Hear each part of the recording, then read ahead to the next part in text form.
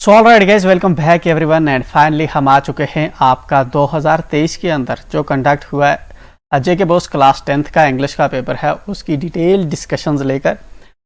And ये वाली जो है इसकी जो पीडीएफ इस वक्त मेरे पास है, ये वाली पीडीएफ शेयर की है हमारे साथ मुसेब ने and he is from Budgam. We are thankful to him and हम जो है इस पेपर को अब सॉल्व करने वाले हैं। अगर आपके पास इसके अलावा कोई दूसरी सीरीज़ है या कोई और पेपर है आप चाहते हैं कि हमारे साथ शेयर करें, नीचे डिस्क्रिप्शन में या नीचे कमेंट सेक्शन के अंदर पिन करके रखा है हमने लिंक, आप वहां पे जा सकते हैं एंड अपना पेपर अपलोड कर सकते हैं। जो better new sharing is caring and जो अपकमिंग जनरेशन है उसको ये वाले जो आपका शेयर किया गया पेपर है बहुत ज़्यादा बेनिफिट करेगा। एंड आई एम श्योर आप इस चीज़ को समझते होंगे, जिस तरह आपको ज़रूरत पड़ी पेपर की अपकमिंग जनरेशन को भी पढ़ सकती है। At least this is what you can do from your side. Anyway आते हैं एंड पेपर को डिस्कस करते हैं। ये वाला हमारा पेपर है जेड सीरीज़ है, ये 2023 के अंदर कंडक्ट हुआ and 10th annual regular JNDK UT 2023। ठीक है, इंग्लिश का पेपर है। 80 मार्क्स का आपको जो है इन टोटल मार्क्स मिले थे एंड 3 घंटे का आपको जहाँ पे एग्जामिनर ने टाइम दिया था। इस बार का अगर पेपर देखें तो पहले वाले जो हमारे पेपर थे, स्पेशली जो 2022 के अंदर कंडक्ट हुए, उससे काफ़ी ज़्यादा ये वाला पेपर जो है आपको सिंपल देखने को मिला।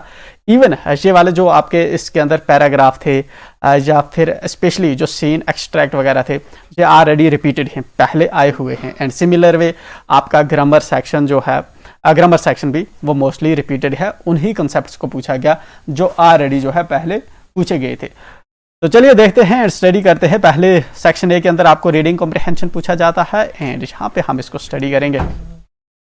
Read the extract from the poem and answer the questions that follow. ये नीचे दिया गया हमारा एक्सट्रैक्ट है, इसको हमें स्टडी करना है एंड इसके बाद हमें 5 यहाँ पे क्वेश्चंस मिलेंगे, हमें उनको अकॉर्डिंगली सॉल्व करना होगा। So let's get started. My feet are cold with water seeping through my shoes. Repeated extract है, मेरे जो पाँव हैं वो ठंडे हो चुके हैं एंड जो पानी है इस वक्त इसके जो जूतों के अंदर जो होल हैं उनसे सीप कर रहा है, धीरे धीरे अंदर इसके पैरों में आ रहा है, जिस इस पानी की वजह से इसके पैर जो है ठंडे हो चुके हैं। My eyes are heavy with sleep or is it fever. ठीक है ना, इसकी जो आंखें हैं वो डल हो चुकी हैं, ठीक है ना, आंखें इसकी भारी हो चुकी हैं। और मतलब ये कि या फिर इसको पॉइंट खुद फील कर रहा है या इधर तो ये जो इसकी आंखें हैं वो जो काफ़ी मतलब डल हैं, ऐसा लग रहा है जिस तरह से इसको नींद आई हुई है, या फिर इसको जैसा फीवर के अंदर आदमी की आंखें ज़्यादा खुलती नहीं, अक्सर बंद ही रहती है, वैसी कंडीशन इसकी है पॉइंट की। The ground is very slippery. जो ग्राउंड है ये काफ़ी स्लिपरी है। There is no place to stand. यहाँ पे कोई भी जगह खड़े होने के लिए नहीं है, ठीक है ना। In evening wet with rain का लिया गया एक्सट्रैक्ट है, तो वहीं से ये बता रहा है कि ग्राउंड स्लिपरी हो चुका है बारिश की वजह से एंड जो है यहाँ पे कोई ऐसी जगह मिल नहीं रही पोइट को जहाँ पे पोइट जो है खड़ा हो सके, रेस्ट कर सके। The mind is exhausted. Poet in himself थक चुका है एंड एग्जॉस्ट हो चुका है, टायर्ड फील कर रहा है, ठीक है ना। Look for some spot to rest and इसका दिमाग, the situation is sort of kind कि इसका दिमाग सोच रहा है कि कोई जगह मुझे मिलनी चाहिए जहाँ पे ये रेस्ट करे। आधे हैं, ये वाला पैराग्राफ था, बहुत कम जो है इसके अंदर लाइंस दी हुई है एंड यहाँ पे हमें इसको आंसर करना है। What has made the speakers feet cold. ठीक है ना, क्या चीज़ है जिसने स्पीकर्स के जो पैर हैं उनको ठंडा कर रखा है। इसकी लाइन हमें जो है पहली ही इसका आंसर हमें पहली ही लाइन के अंदर मिल रहा है कि ये जो कोल्ड है ये है वाटर सीपेज की वजह से, जो इसके जूतों के अंदर जो है पानी जा रहा है उसकी वजह से इसके जो पैर हैं कोल्ड हो चुके हैं। तो इसको लिखेंगे हम कैसे, पहले हम जो है पूरा सेंटेंस मीनिंगफुल बनाने के लिए ये वाली चीज़ जो है शाम पे उठा के लिखते हैं। तो for that we will write like the speakers feet, the speakers feet are cold due to, ठीक है, due to water seeping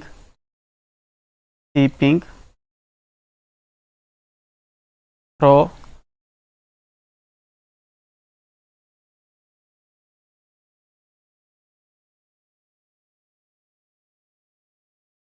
his shoes, ठीक है, क्योंकि पानी जो है उसके जूतों के अंदर जो है एंटर कर रहा है, सीप कर रहा है, ठीक है ना। सीप का मतलब होता है जो छोटे छोटे होल होते हैं उनमें से पानी जो है धीरे धीरे अंदर जो है आता है जूतों के अंदर। तो दैट्स वाई मैंने ये पूरा कैपिटल के अंदर लिखा, बिकॉज दिस इज इंपॉर्टेंट, ठीक है ना। What does his mind look for, उसका माइंड किस चीज के लिए जो है देख रहा है। एंड इस लाइन का जो हमें आंसर मिलेगा जहां पे है उसका माइंड एग्जॉस्टेड है एंड उसका माइंड जो है ढूंढ रहा है एक स्पॉट रेस्ट के लिए। तो ये वाली चीज हम जहां पे मेंशन करेंगे कि एक स्पॉट उसका जो माइंड है ढूंढ रहा है रेस्ट के लिए, बट हमें जो है इसका मीनिंगफुल सेंटेंस बनाना है। For that the speakers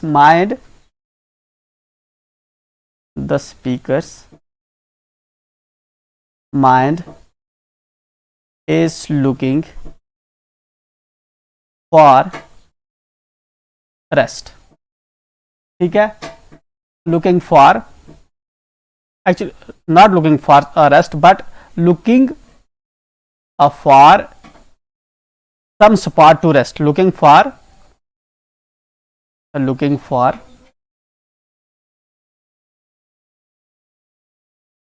a spot to rest, कोई जगह ढूंढ रहा है जहां पे पोइट जो है रेस्ट करे, ठीक है ना। इट वुड बी बेटर कि हम इसको पूरा कैपिटल में लिखे।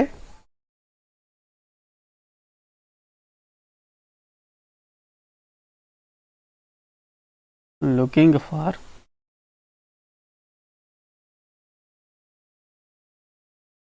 ए spot to rest, is that clear. तो इस तरह हम पूरे इसको कैपिटल लिख रहे हैं, जस्ट ये वाला जो है हाईलाइट कर रहा है। अगर कैपिटल हम नहीं भी लिखेंगे इसको नीचे से हम हाईलाइट करेंगे, बिकॉज एग्जामिनर को डायरेक्ट पता चलना चाहिए कि समथिंग हेयर जो इंपॉर्टेंट है इसने यहाँ पे हाईलाइट कर रखा है। मेरे लिए ईजी होता है एग्जामिनर को देखते वक्त।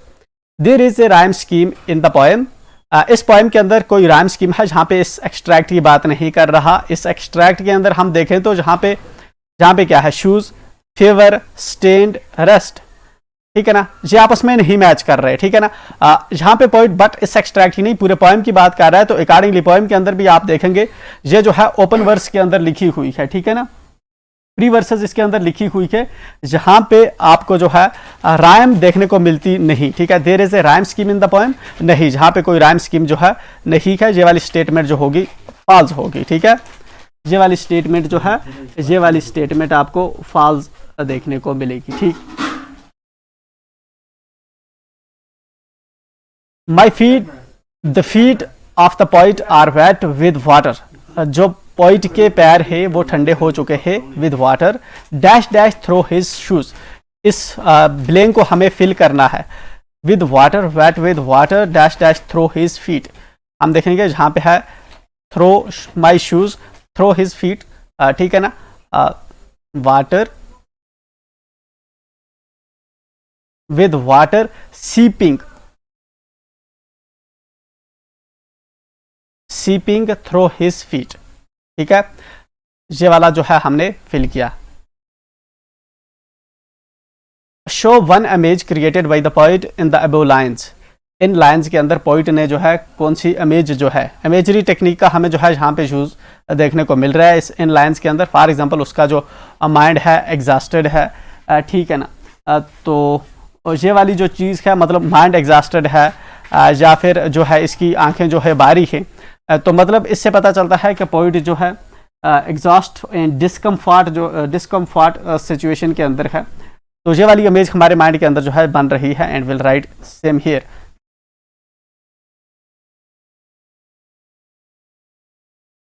तो वन इमेज हमें बोल रहा है तो हमें वन यहां पे रेफर करना है, one image created by the poet in the above lines, is the feeling of discomfort and exhaustion, is the feeling of discomfort and exhaustion, HAUSTION, exhaustion, due to the speaker's cold due to the speaker's cold, wet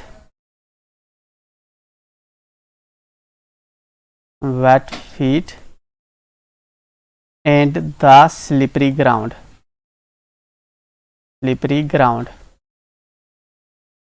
Clear? Let's move ahead. Question number 2. Read the following passage and answer the questions that follow. इस passage को हमें study करनी है and accordingly जो questions इसके बाद आएंगे हमें उनको आंसर करना होगा. We who were outlaws, हम जो पहले आउटलास थे. Not so long ago, long walk to freedom वाला जो आपका चैप्टर है नेल्सन मंडेला का लिखा हुआ, उसी के अंदर से ये वाला जो एक्सट्रैक्ट है, ये वाला पैसेज है, लिया गया है. वी हु वेयर आउटलास, हम जो पहले आउटलास थे. Not so long ago, point खुद इसके अंदर स्पीकर खुद कहता है. स्पीकर कौन है? Nelson Mandela. जहाँ पे वो खुद को एंड अपने कंट्रीमेंस को रेफर करता है एंड बताता है कि जो पहले आउटलास थे. आउटलास का मतलब है जब अपार्थाइड रेजिम थी जहाँ पे साउथ अफ्रीका के अंदर, जब ब्रिटिश जहाँ पे रूल कर रहे थे, जब वाइट रूल कर रहे थे, तो जो यहाँ के ब्लैक जो थे इंडिजिनस कम्युनिटी थी, उनके साथ रेशल डिस्क्रिमिनेशन होता था. ठीक है ना. आर्बिट्रेरली उनको अरेस्ट किया जाता था एंड जो लॉ ऑलरेडी वहाँ पे था बट वो लॉ के अकॉर्डिंग जो है उनको ट्रीट नहीं किया जाता था. दैट इज वाई पॉइंट जो स्पीकर है खुद को आउटलाज कंसीडर करता है. ठीक है ना. हम जो आउटलाज थे नॉट सो लॉन्ग एगो, इतनी पहले की बात नहीं है.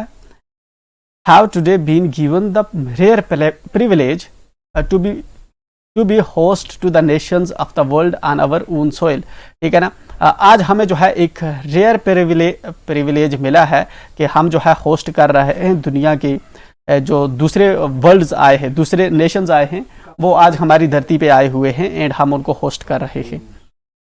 We thank all our distinguished international guests for having come to take possession with the people of our country of what it is. ठीक है ना. तो जहाँ पे जो स्पीकर है वो शुक्रिया अदा कर रहा है इंटरनेशनल गेस्ट्स का, जो सभी इस वक्त जहाँ पे जमा हैं इस गैदरिंग के अंदर. ठीक है ना. इस जो कंट्रीमैन, ये वाले जो कंट्रीमैन हैं जहाँ पे साउथ अफ्रीकन जो है, इनके साथ आज जो है इनका आज़ादी का दिन है. जितने भी इंटरनेशनल गेस्ट्स आए हैं उन सबको जो स्पीकर है उनका शुक्र अदा कर रहा है. After all A common victory for justice. And जो स्पीकर है कंसीडर करता है इस चीज़ को, इस पोजीशन को, ये जो चीज़ इनको आज मिली है, आज इनको जो फ्रीडम मिली है, इसको पॉइंट जो है कंसीडर करता है एक कॉमन विक्ट्री, एक कॉमन जो है ये जीत है किसकी? इंसाफ की, पीस की एंड ह्यूमन डिग्निटी की. तो चलते हैं and then will solve. We have at last achieved our political emancipation. हमने at the end of the day, मतलब इतनी स्ट्रगल के बाद जो है हमें जो है जो फ्रीडम हमें चाहिए थी, ठीक है ना, वो हमें मिल गई. ठीक है ना. We pledge ourselves to liberate all our people from the continuous bondage of poverty. And हम जो है प्लेज कर रहे हैं, हलफ उठा रहे हैं कि हम अपने जितने भी लोग हैं उनको जो है आज़ाद करवाएंगे. इस कंटिन्यूसली ये जो जिस पॉवर्टी के अंदर ये बंधे हुए हैं, डिप्रिवेशन एंड सफरिंग के अंदर, या gender and other sort of जो भी डिस्क्रिमिनेशन है, ठीक है ना, जिन चीज़ों से भी महरूम है या जिन प्रॉब्लम्स के साथ जूझ रहे हैं, या जो भी पॉवर्टी वगैरह है, जहाँ पे जो स्पीकर है अब ये इस चीज़ की प्लेज लेता है कि इनको जो है फ्री करवाएगा. Who were called outlaws in South Africa? कौन आउटलाज कंसीडर किए जाते थे साउथ अफ्रीका के अंदर? तो हम कहेंगे स्पीकर. स्पीकर, हम स्पीकर क्यों लिख रहे हैं? क्योंकि जो है ऊपर हमें एक तो पैसेज के अकॉर्डिंग जो है क्वेश्चंस को आंसर करना होगा. स्पीकर, स्पीकर का नाम वैसे हमें पता है, हमने बुक पढ़ी है, Nelson Mandela and his countryman.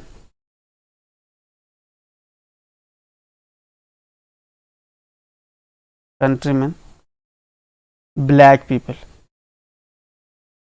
people of South Africa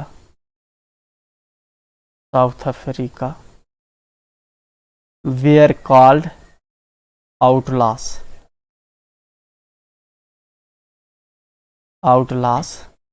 as they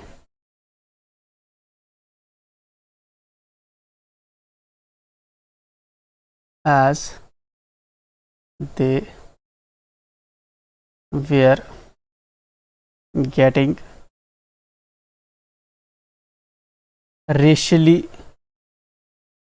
discriminated during apartheid regime. During apartheid regime. What pledge did the new government of South Africa take? कौन सी प्लेज है जो न्यू गवर्नमेंट है south Africa की वो लेती है?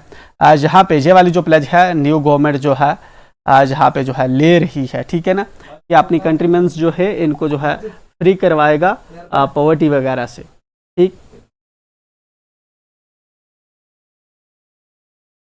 तो for that यही चीज जो है हमें लिखनी होगी। The new government of South Africa pledge to liberate, पहले तो ये वाली जो है लाइन पूरी हम लिखेंगे। The new government of South Africa pledged to liberate all people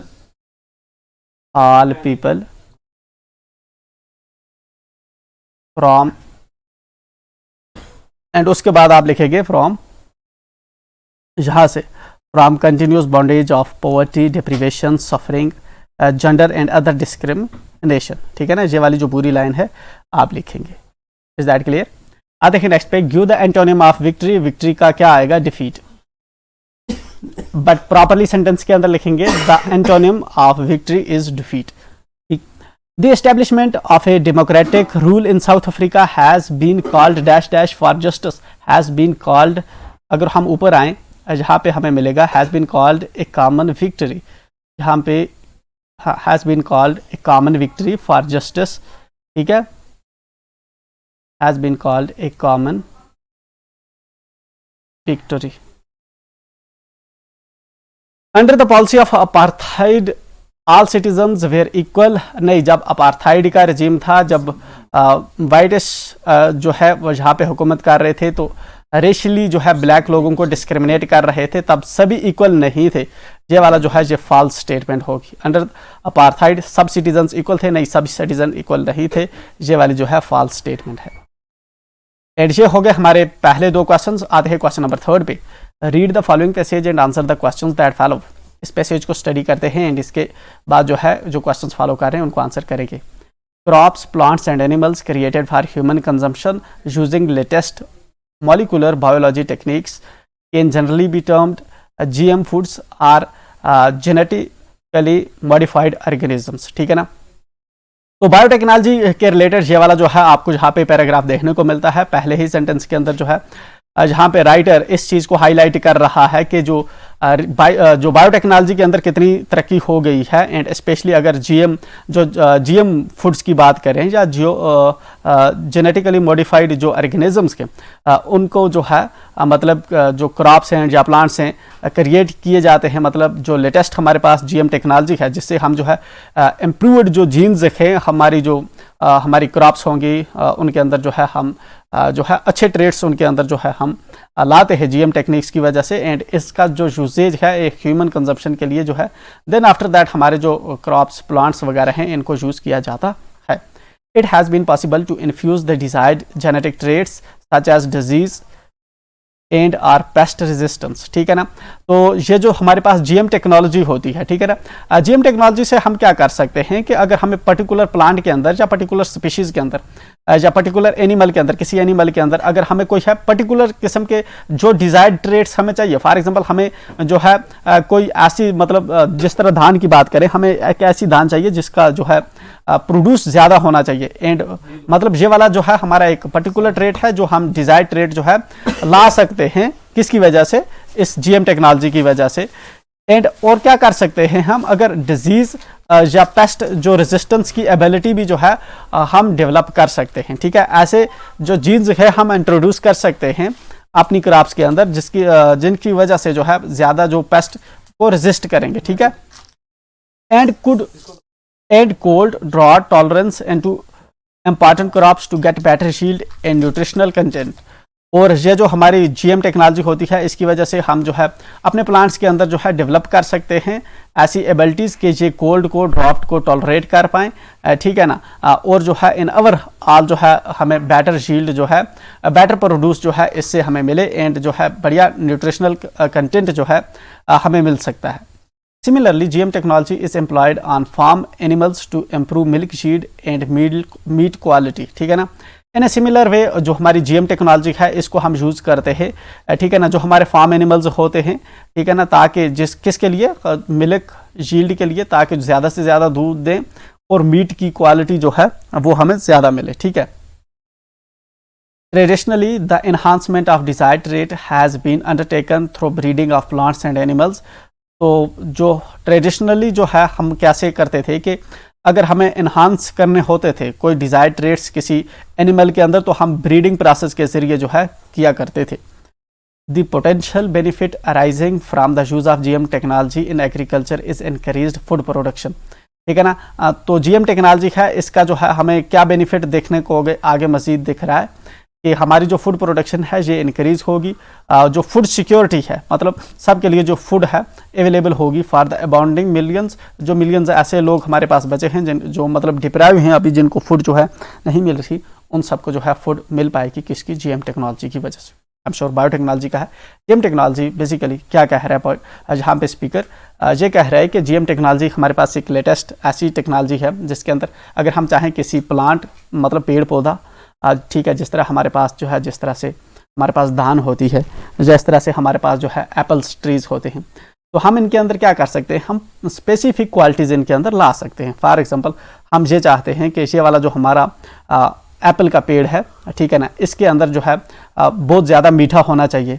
but जो है इसको जो है बीमारी जो है नहीं लगनी चाहिए, कोई जो है इसको डिसीज़ जो है इन्फेक्ट नहीं करनी चाहिए। तो ये वाली चीज़ हम अपने प्लांट के अंदर कैसे डेवलप कर सकते हैं, उसके जीन्स को मतलब क्या करके, उसकी जीन्स की एडिटिंग करके, ठीक है ना, जीन्स की एडिटिंग करते हैं।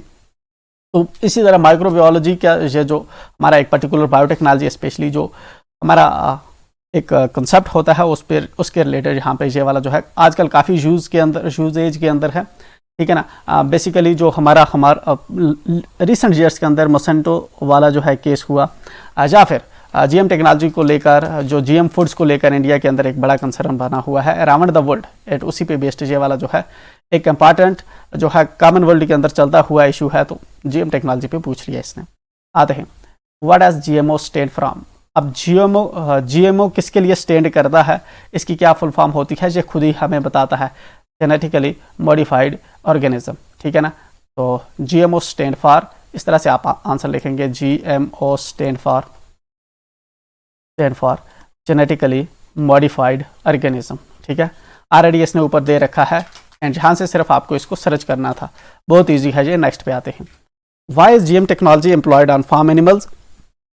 जीएम टेक्नोलॉजी को फार्म एनिमल्स पे क्यों एम्प्लॉय जो है किया जाता है, कहाँ पे लिखा है, हमें जो है सर्च करना है, जहाँ पे जीएम टेक्नोलॉजी को है फार्म एनिमल्स पे अप्लाई किया जाता है, ताकि हम जो है milk yield and meat quality को इम्प्रूव कर सके, ठीक है। GM technology is employed on farm animals to improve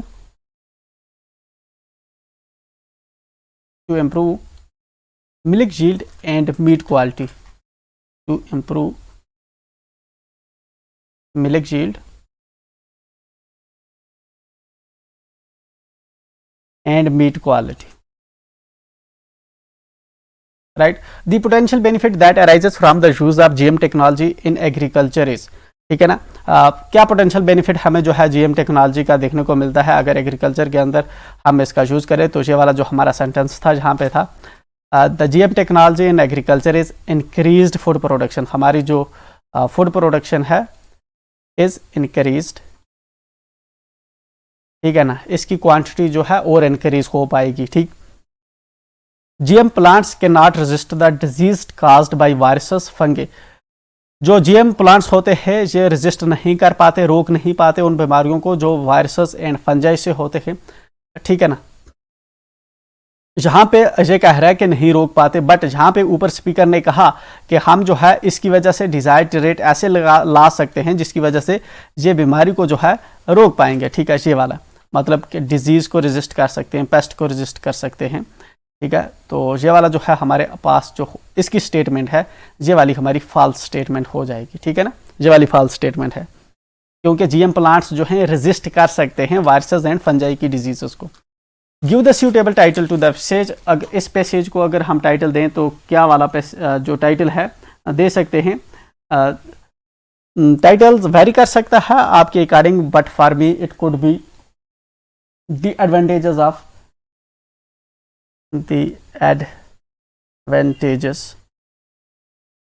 genetically GM, genetically modified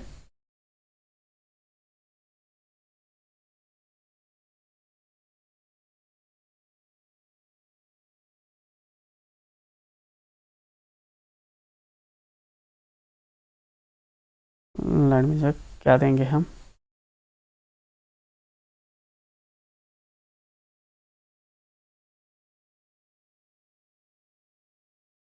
The advantages of GM technology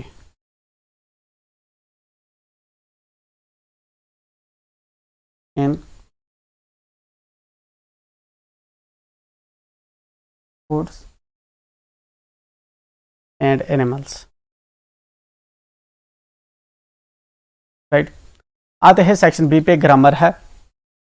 insert appropriate models in the following sentences. Appropriate models हमें जहाँ पे fill करने हैं इन सेंटेंसेस के अंदर। तो let's get started. I told him that I dash dash come. मैंने उसको बताया कि that I dash dash come, I should come. I told him that I should come, मैंने उसको बताया कि मुझे आना चाहिए। शुड लगाएंगे, शुड का मतलब होता है चाहिए, तो जहाँ पे अगर हमने शुड लगाया मतलब कि फिट बैठ ही नहीं है। ठीक है ना, आई शुड कम, मैंने उसको बताया कि मुझे आना चाहिए, ऐसा तो सेंटेंस होता नहीं। ठीक है ना, इसके साथ जो है लहजे में भी फिट नहीं बैठ रहा। आई told him that I would come, मैंने उससे बताया कि मैं आऊँगा। ये वाला जो है ये हमें ज़्यादा परफेक्ट लग रहा है। I told him that I may come, मैंने उसको बताया कि मैं आ सकता हूँ। I told him that I can come, मैंने उसको बताया कि मैं आ सकता हूँ। ठीक है ना, इन दो को लगाएंगे। इसका मतलब है ये जो इसने बात की है, एक तो ये टेंस जो है पीछे टोल्ड का है, मे का है, जहाँ पे कैन है ये तो आगे ले जाएगा। ठीक है ना, टेंस के लिहाज से हम देखें तो वहीं पे गड़बड़ कर रहा है। अगर दो टेंस को हटा भी दे तब भी हम देखें तो ये कहता है कि मैं आ सकता हूँ। ठीक है ना, मैंने उसको बताया मैं आ सकता हूँ, बट ये डाउट कर रहा है अपनी ही कही हुई बात को। ठीक है ना, तो ये वाला टेंस के लिहाज से भी इससे मैच नहीं कर रहे, इससे हम इसको आउट कर सकते थे। एनीवे, शुड एंड वुड की बात है तो शुड जो है इसके साथ सूट नहीं कर रहा। बात के अंदर ही जो बात है जो है डिफरेंट डायरेक्शन में चली जा रही है, बट वुड जो है हमारा परफेक्ट रहेगा, वुड के साथ हम जाएंगे। आई dash dash lift this box, I dash dash lift this box, I should lift this box, मुझे ये बॉक्स लिफ्ट मुझे ये बॉक्स लिफ्ट चाहिए, नहीं मैच कर।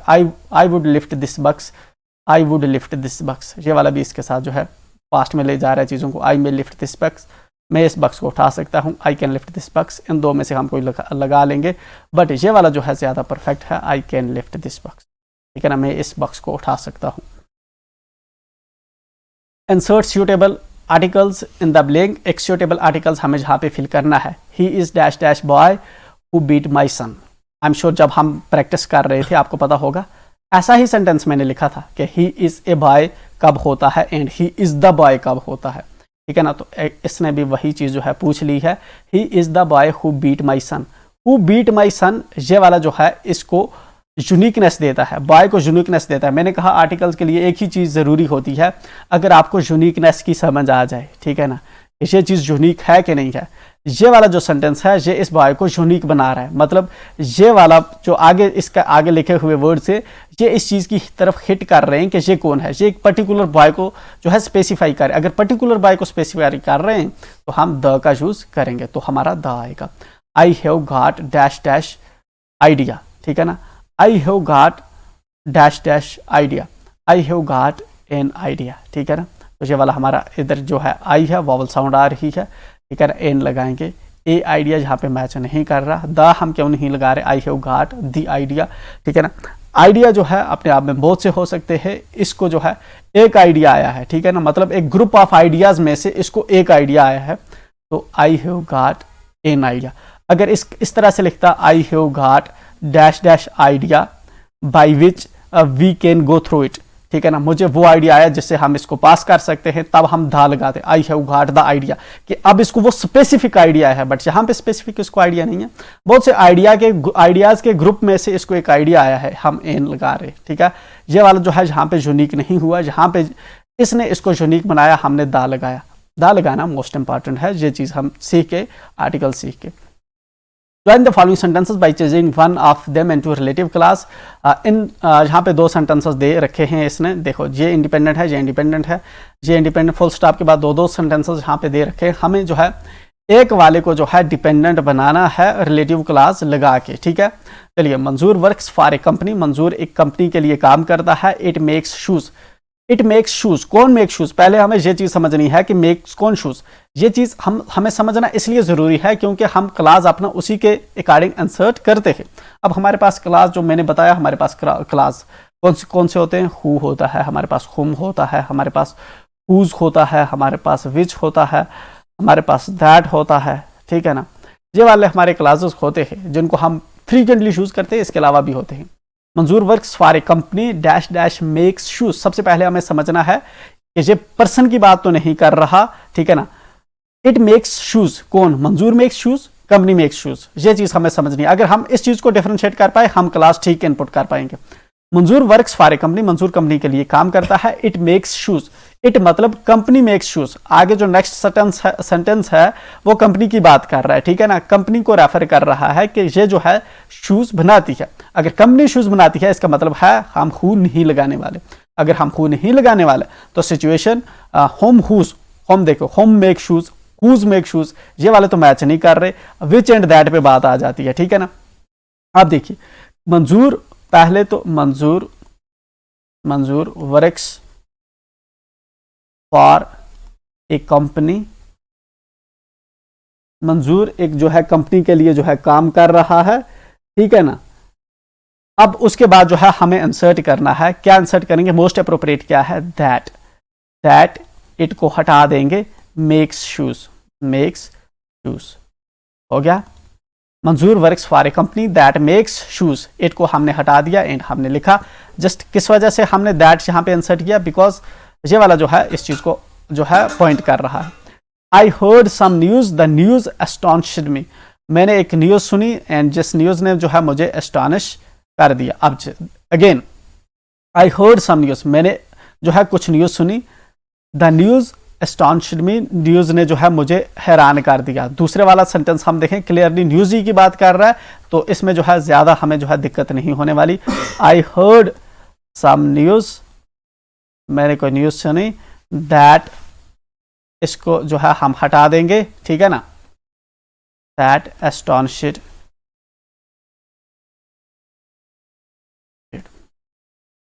Am I clear about that? आते हैं नेक्स्ट पे, RF is idle, he was punished. RF जो है आइडल है एंड उसको जो है पनिश किया गया। अब इसको समझते हैं हम। आरएफ जो है लेजी है, ठीक है ना, मतलब जो है काम नहीं कर रहा, या आइडल है, ठीक है। RF is always idle, RF जो है हमेशा से जो है मतलब लेजी रहा है, आलसी करता है। ही वॉज पनिश्ड, उसको जो है पनिश किया गया। अब जो है हम दूसरा जो सेंटेंस है किस चीज को रेफर कर रहा है, किसके बारे में बात कर रहा है, ही के बारे में, किसके बारे में, आरफ के बारे में। लेजीनेस के बारे में नहीं बात कर रहा, आइडल के बारे में बात यहाँ पे नहीं कर रहा। दूसरा सेंटेंस किसके बारे में बात कर रहा है, आरफ के बारे में। मतलब दूसरा सेंटेंस डायरेक्टली पर्सन के बारे में बात कर रहा है, तो पर्सन के लिए हम कौन सा रिलेटिव क्लास यूज करते हैं, हु का। अब मैंने बताया था जब भी हमें हु यूज करना होगा, इमीडिएटली जब हम पर्सन को लिखेंगे, पर्सन जहां पे कौन है, आरिफ है, जैसे हमने आरिफ को लिखा, इसके बाद इमीडिएटली हम हु लगा देंगे। हु लगाने के बाद हम सोचते हैं कि पहले हमें ये वाले वर्ड्स लिखने हैं कि ये वाले वर्ड्स लिखने हैं। ये वाले वर्ड्स या ये वाले वर्ड्स को सिलेक्ट करने के लिए हम ये चीज देखते हैं कि सीक्वेंस में क्या आता है, मतलब कि पहले क्या चीज होती है, बाद में क्या चीज हुआ। अब देखिए, पहले जो है हमेशा आइडल रहता था, तब जो है उसको पनिश किया गया, तो ये वाली चीज हमें पहले लिखनी चाहिए सेंटेंस के अंदर, बाद में इसको ऐड करना चाहिए, ठीक है ना। तो Arif who is always idle was punished. ठीक है ना। तो इज ऑलवेज आइडल को हमने पहले क्यों लिखा, वाज पनिश्ड पहले क्यों नहीं लिखा, क्योंकि जो है बात ऐसे हो रही है, पहले जो लेजी रहा करता था तब उसके बाद जो है पनिश किया गया। अब जो रीडर है उसको पढ़ते ही समझ आ रहा है कि पहले क्या हुआ फिर बाद में क्या हुआ। इस तरह से हम जो है यहाँ पे करते हैं। Change the narration, in narrations को जो है चेंज करिए। नरेशंस भी इस बार की बहुत इजी जो है आपको देखने को मिली। शी आस्क्ड मी, उसने मुझे बताया। इफ आई न्यू हर, अगर इफ है, इफ या वेदर होता है तो इसका मतलब है कि पहले क्वेश्चन मार्क्स है। एंड तो आस्क्ड हमें क्लियरली बता देता है कि ये बात जो है हमें जो है इसके अंदर क्वेश्चन मार्क्स कहीं पे जो है क्वेश्चन मार्क आपको कहीं ना कहीं पे देखने को मिलेगा।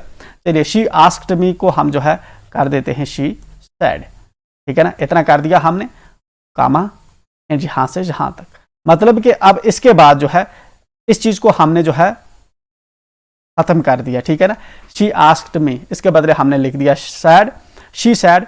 ठीक है ना, ये चीज जनरली हमने सीखी होती है। ठीक है ना, तो ये वाली ऑलरेडी इनडायरेक्ट स्पीच है, इसका हम डायरेक्ट बना रहे हैं। ठीक है ना, नीचे वाले जो है डायरेक्ट है इनको हम इनडायरेक्ट बनाएंगे। तो ये चेंज नरेशन चेंज करने को कह रहा है। ये नरेट कैसे हुआ, इनडायरेक्टली हुआ है, हम इसको डायरेक्टली अब नरेट करेंगे। चलिए, she asked me, she said, if I knew her. ठीक है ना, इफ आई न्यू हर, देखिए हर के बदले क्या आ जाएगा, जब वो बात करेगी। अब वो उसने कैसे बात किया होगा, मी। ठीक है ना, do you know me, is that clear. तो यहां पे इस तरह से हमने इसको कर दिया। आई के बदले हमने क्या रखा, डू यू। ठीक है ना, नीव रिवर्स किया हमने नो में, हर मी हो जाएगा, do you know me, she said do you know me. The teacher said the sun is a star, एक यूनिवर्सल ट्रूथ है।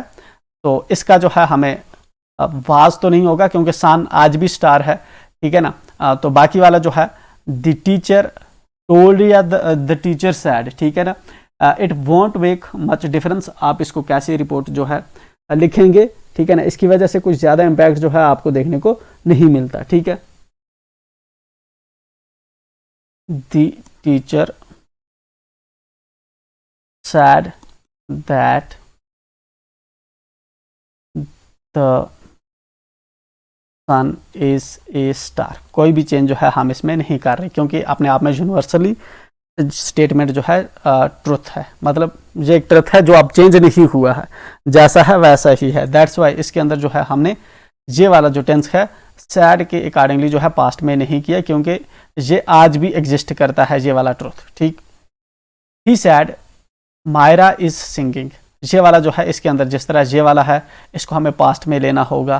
ठीक है ना, तो बाकी जो है हमें क्योंकि इवेंट बात पास्ट में हुई है तो पास्ट में हम करेंगे। ही सैड दैट, दैट लगाते ही कामे हमने हटा दिए। डायरेक्ट मायरा, इसको क्या करेंगे, वाज सिंगिंग, बहुत सिंपल था यार इस पर, मायरा वाज सिंगिंग, तो ये हो गया आपका। Use appropriate articles, tense and spellings wherever necessary to edit the passage given below. नीचे जो दिया गया आपका पैसेज है इसको जो है आप नेसेसरली जो है आप जो है टेंसेस, आर्टिकल्स, स्पेलिंग्स वगैरह के अकॉर्डिंग जो है करिए edit. Mrs Bennet came to know of her new neighbour, तो मिसेस बेनेट जो है उसको पता चलता है अपने न्यू नेबर का। Mrs Bennet have 3 daughters, Mrs Bennet, Mrs Bennet have को हम लिख देंगे मिसेस बेनेट हैज 3 डॉटर्स। ठीक है ना, अब मिसेस बेनेट की जगह पे हम शी का भी यूज कर सकते हैं, शी हैज 3 डॉटर्स। ठीक है, मिसेस बेनेट ऑलरेडी इसने यहाँ पे लिख दिया है, फिर से उसका नाम रिपीट कर रहा है, तो प्रोनाउन के अगर हम अकॉर्डिंग जाएं तो शी हैज 3 डॉटर्स आना चाहिए, शी हैज, एंड हम इसको लिखेंगे Mrs Bennet have should be replaced with she has. ठीक, रीजन क्या है वो लिखने की जरूरत नहीं है।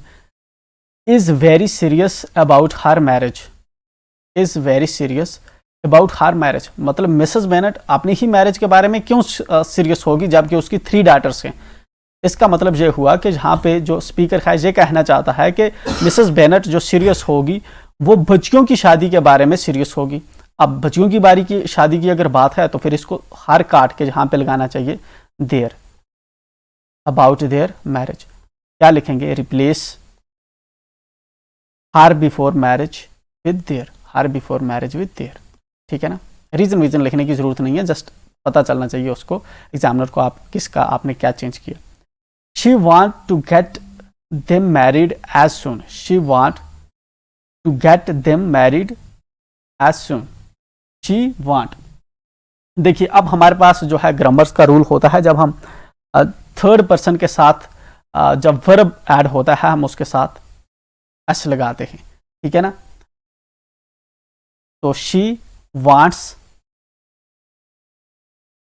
To get them married as soon as possible, वो उनकी जो शादी है जल्दी करवाना चाहती है। ठीक है, तो हमने क्या किया?